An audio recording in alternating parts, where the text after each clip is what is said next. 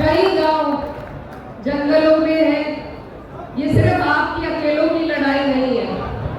आज अगर आप लोगों की बात है तो कल को ये और गांवों को और हमारी धरोहरों को इसी तरीके से कटघरे में लाकर खड़ा कर देंगे। तो आज की लड़ाई सिर्फ एक गांव की लड़ाई नहीं है, ये हमारे मान सम्मान, इतिहास और प्रतिष्ठा की लड़ाई है। आज सवाल उनसे भी उठता है जो समाज का नाम लेकर समाज के बलबूते पर संसद में, सरकारों में बैठे हैं कि क्या उनके लिए अपने लोगों से ज्यादा कुर्सी जरूरी है, सत्ता में रहना जरूरी है। सबसे पहला सवाल उन लोगों से उठता है।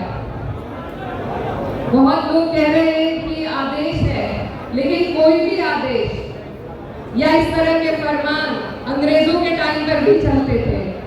कोई भी आदेश इंसानियत से ऊपर उठकर नहीं हो सकता। ये जो गांव है ये 10-15 साल पुराना गांव नहीं है। इसका एक बहुत बड़ा इतिहास है जिसको हम अनंतपाल तोमर जी से जोड़कर देखते हैं। ये हमारे बुजुर्गों की, पुरखों की वो विरासत है जिसे यहाँ के लोगों ने अपने खून पसीने से सींचा है।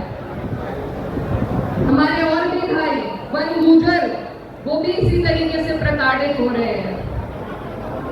तो हम सबको इस लड़ाई में एकजुट होकर ये लड़ाई लड़नी है, क्योंकि हमारे देश की जो संस्कृति है, यहाँ पर अलग अलग तरीके के, अलग अलग समाज के लोग, चाहे वो आदिवासी भाई हो, वन गुजर हो, या आज इस महापंचायत में मौजूद सभी लोग, हम सब जमीनों से, जंगलों से जुड़े लोग हैं।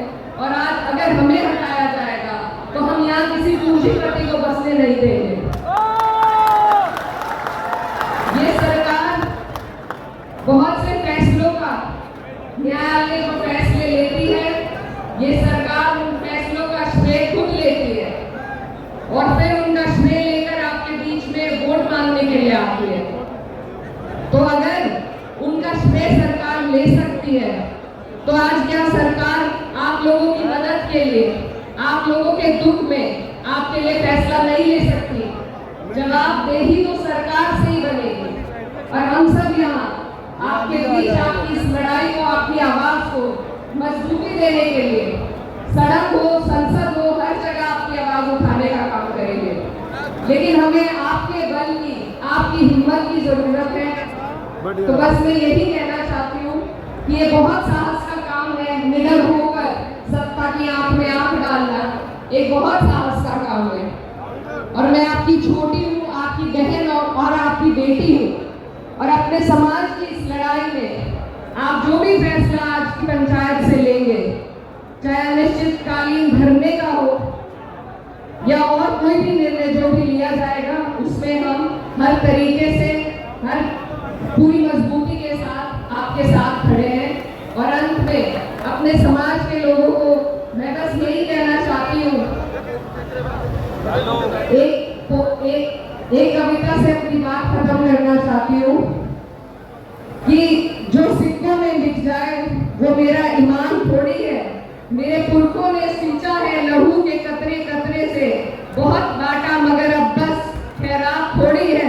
जो रहसन थे उन्हें हाकिम बनाकर उम्र भर पूजा, मगर अब हम भी सच्चाई से अनजान थोड़ी है। सभी का खून है शामिल यहाँ की मिट्टी में, किसी के बाप का हिंदुस्तान थोड़े है। बहुत बहुत शुक्रिया, धन्यवाद। जय हिंद, जय समृद्ध। यही सबसे आग्रह है, आप सब एक हो, हम सब एक हैं। किसी के भी घर पे अगर कोई आ जाती है तो हमारे घर पे आ जाती है। ईट से ईट बचा देंगे। अगर किसी ने कोशिश की हमारे अनंतपुर गांव को, हमारी गुर्जर बिरादरी को ठेस पहुंचाने की, ईट से ईट बचा देंगे, दिखा देंगे हमें कितना दम है। मेरा एक छोटा सा निवेदन और है, जब भी ऐसा कोई मैसेज आए कि हमारी बिरादरी पर, हमारे गांव के ऊपर कोई भी आंच आती है, तो बिरादरी ये ना देखे कि मेरे पास तो मैसेज आया था लेकिन फोन नहीं आया। मेरी बहादुर कौम, मेरी जमींदार कौन? आपसे तो एक छोटा सा प्रश्न है कि ये बताओ कि शेर कहाँ रहते हैं? जंगल में। शेर कहाँ रहते हैं?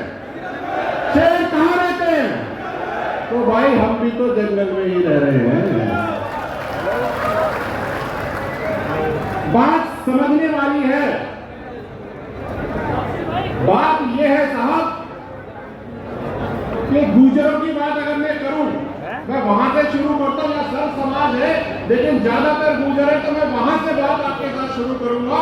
और मैं भाषण नहीं दूंगा, घर में सबके साथ बैठ के बात करूंगा। गलत लगे तो हाथ खड़े कर देना। बात तो सच्ची कह के जाऊंगा साहब। बुरी लगे तो कह दीजिए, नहीं तो भगा दीजिए, कोई दिक्कत होगी।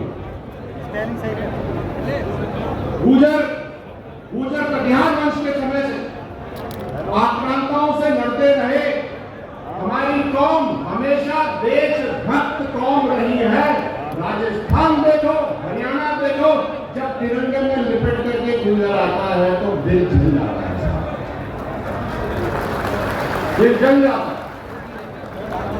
1857 में प्रथम क्रांति धन सिंह कोटवाल जी का नाम तो सबको पता ही है। फिर 1871 में, भाई लोग कुछ फर्क नहीं पड़ेगा, बैठ जाओ, सबके मौके आएंगे, लेकिन बात तो समझो। हम राजनीति करने नहीं आए साहब, हम आपकी विपदा हल करने आए हैं। 1871 में सीपीए क्रिमिनल ट्राइब एक्ट लगा। जितने भी गुर्जर समाज के लोग थे उनको क्रिमिनल घोषित कर दिया गया। वो सारे के सारे जंगलों में, नदियों के किनारे, जंगलात में जाके रहने लगे। फिर 1952 में ये क्रिमिनल ट्राइब एक्ट हटा दिया गया। ये मीडिया वालों समझो इस बात को।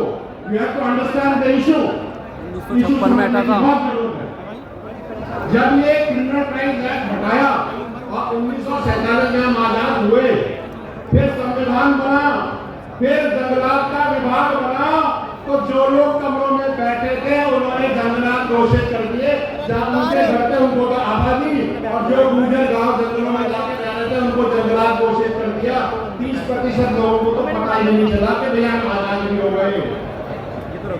और जब ये मैपिंग हो गई फॉरेस्ट की, तो हम तो जंगलों में कब भी रह रहे थे, अब भी रह रहे थे। और ये गांव तो 400 साल से है, तो हम यहाँ से क्यों जाए? मुझे तो ये क्वेश्चन ये नहीं हो सकता। आपको मैं बताऊं, यहाँ पर सब बीजेपी पार्टी को पोष रहे। मैं बीजेपी को आज मैं अमेरिका से इकलौता हूँ यहाँ पर लड़ने के खड़ा हूँ, क्योंकि समाज के साथ खड़ा होना, सच्चाई रखना बहुत जरूरी है। और जो लोग दूसरी पार्टी को कह रहे थे, मैं उसको भी आईना दिखा देता हूं। महाराज, रणथंभौर में एक गांव है कैलाशपुरी, वो फॉरेस्ट के चलते दोपहर विस्थापित हो गया है साहब। अब आप बताओ किसको पोस रहे हो, किसको नहीं पोस रहे हो? दिक्कत समझो, दिक्कत पार्टियां नहीं है, दिक्कत रूलिंग है। और जिस तरह से राजस्थान में, हरियाणा में, पंजाब में, जम्मू कश्मीर में जंगलात की जमीन को आंका गया है, वो ठीक नहीं है साहब। आप जहां पर पिछले 400 साल से रह रहे हो, वो एकदम से जंगल की जमीन हो गई, तो भैया अपना भूखा शेर कहा जाएगा? वो कहां रहेगा? इसलिए मैं